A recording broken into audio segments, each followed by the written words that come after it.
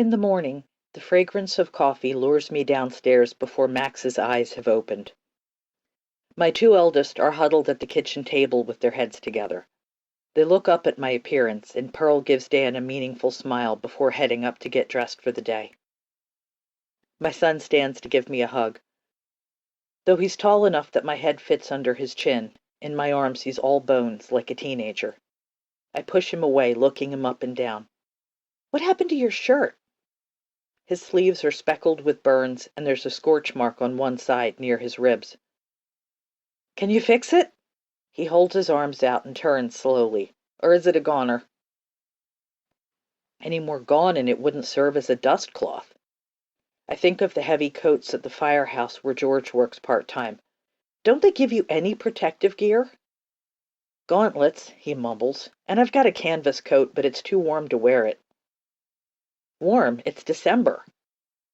He explains that the heat of the torch makes it uncomfortable to wear heavy clothing in confined spaces, which reminds me of his father, coming home from the mine in a clean shirt because the men would strip to their underwear to save their clothes when they got warm. "But I'm trying to get on some outdoor work," he continues. "New construction, not overhauling. Proper shipbuilding." "At least you're doing something." George mooches into the room like a kicked dog. He pours a cup of coffee and takes a resentful sip. "I'm stuck in school like a kid." "You are a kid." Dan cuffs him affectionately. "And you spend more time at the firehouse than at school." "Don't," he says, glancing at me. I raise my eyes from Dan's ragged cuffs to look my other son in the face. "If you think I don't know that you play hooky to go out on runs, you're not as smart as you think you are. Just finish school, George, that's all I ask." "But," I cut him off, "it's only until June. You can do anything for 6 months." He sighs loudly and reaches for the small radio on the kitchen shelf, fiddling with the knob. "The war will be over by then. Toby will never let me live it down." "It won't be over by summer," Dan tells him, but George has found a news report and is listening intently.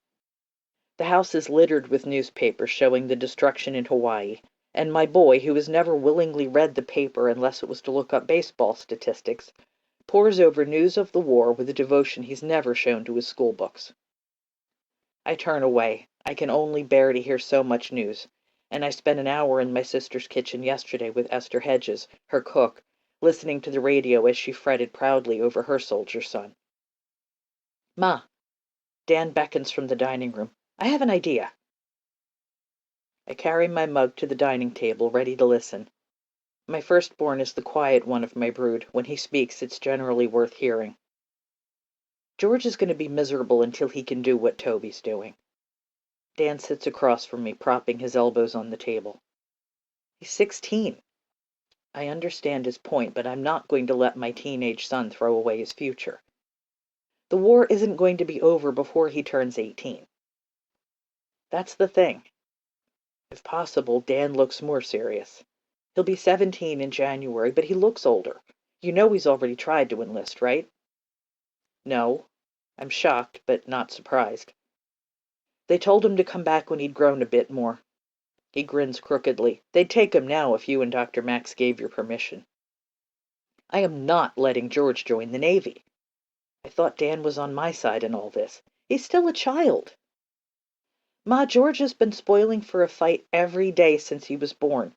He'd take on Hitler for looking at him crossways." Dan presses his lips together. Suddenly I see what it's costing him to stay out of the war. "How about this? If he graduates, you agree to let him join up early, but only if he graduates." My first instinct is to say no, to keep George safe as I can, since he regularly runs into burning buildings. But Dan has a point. He's going to keep trying. Eventually he'll find someone who'll take him. Better that he's a little older and with a diploma under his belt. "Fine." I rub my eyes. "Do you want to tell him?" "Me? No." He pushes away from the table and snags an apple from the ceramic bowl in the center. "Maybe Max could do it. Then it would sound like it came from you, but you wouldn't have to give in publicly." Oh well, this boy knows me. "I'll talk to him tonight." Dan bends down to kiss my cheek. I squeeze his hand, the maimed one that will keep him alive through this terrible war. Thank you. Should we leave the city? Harry's newspaper rustles as he lowers it. Why? Because of all this. I wave toward the Inquirer with its daily headlines about Mr. Roosevelt and war preparations and the war already going on in Europe. Could something like Pearl Harbor happen here? It's kept me up at night ever since it happened, that we could awaken one morning to planes overhead and death raining down from a clear sky. What would we do? How could I keep Teddy safe if something like that happened? He puts the paper down and regards me seriously. It could happen anywhere, I suppose, he says, but we're on the lookout now, and Japan has achieved its goal with the attack. They brought us into the war.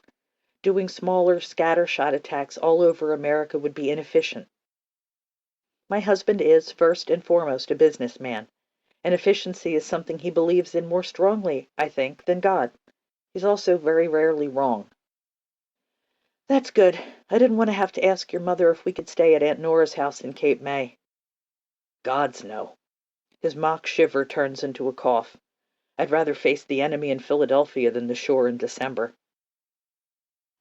I'm going to do some shopping this afternoon. It occurred to me that there will soon be shortages. Is it patriotic to stock up, or would I be accused of hoarding? I don't care. My family will not do without.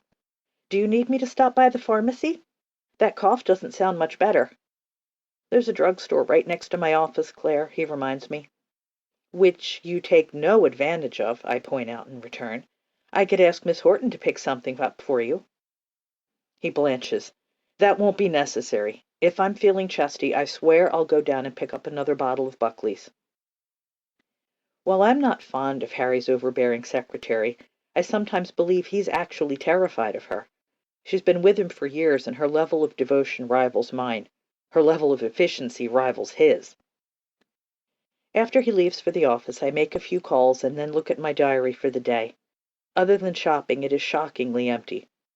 Pearl Harbor has left everyone reeling, and many of the regular social events leading up to Christmas have fallen away from lack of interest or, in some cases, lack of attendance, as men ready themselves to leave. Toby, my sister's middle son, enlisted the day after Pearl Harbor. He was old enough so she couldn't complain, and part of her, I'm sure, is proud of his patriotism. We all want to do something, but sacrificing a son or a nephew is not what any of us would choose.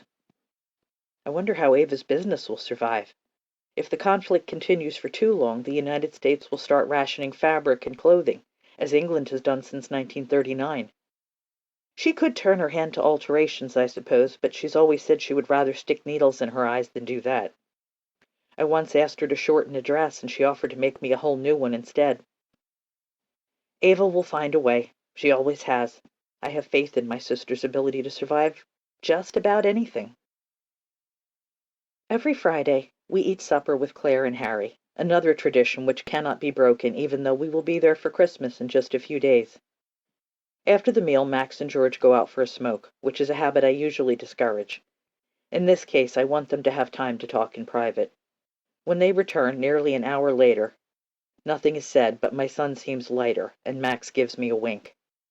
We stay for a while longer, listening to music while the men talk about the war. Then Max and Mason Hedges drive us home in the dark. George disappears upstairs almost immediately. Later, when we're in bed, Max says, "That was a good idea Dan had." Did it work? For the most part. He pulls me close. His warmth is like a furnace in the cool room. We've got him for 6 more months, but I had to promise that he wouldn't have to actually attend his graduation. What? We'd gone to Pearl and Toby's graduation ceremonies as a family. It was one of the few times I permitted myself to show emotion in front of the kids. He doesn't want to walk across the stage and do all that stupid stuff. Max's voice turns youthful and grumpy as he mimics George. But he'll take the party if we choose to throw one. That's your influence, I say. They never used to need parties. Max laughs and draws me against him. It's not just me, he whispers. It bites my neck. You like to enjoy yourself more than you'll ever admit.